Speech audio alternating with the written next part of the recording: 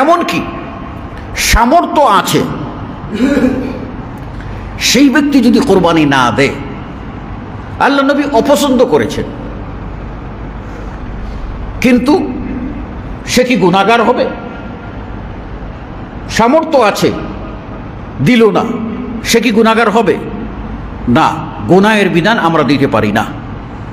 হাদিসে গুনাহের বিবরণ নাই, বরং মুসান্নাফ ইবনে আব্দুর রাজ্জাকের ভিতরে হাদিস এসেছে এবং মুসনাদে আহমদের আরেকটা হাদিস আসছে, যেখানে দেখা যায় যে আবু বকর রাদিয়াল্লাহু তাআলা আনহু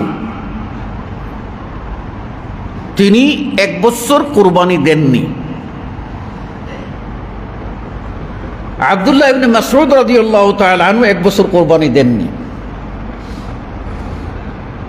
তখন তাকে জিজ্ঞেস করা হলে তিনি বললেন যে আমি এই জন্য দেইনি যে মানুষ যেন মনে না করে যে কোরবানিটা ফরজ, দিতেই হবে, এটার জন্য মনে না করে।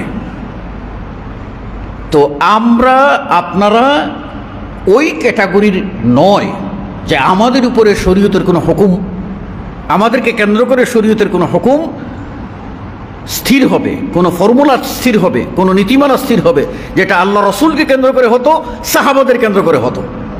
সুতরাং আমরা ওই পর্যায়ের না, গুনাহগার আমরা হব না, কিন্তু এটা উত্তমত্বার খিলাফ। সামর্থ্য থাকা অবস্থায় কোরবানি না দেওয়া এটা উচিত না, কোরবানি দিতে হবে।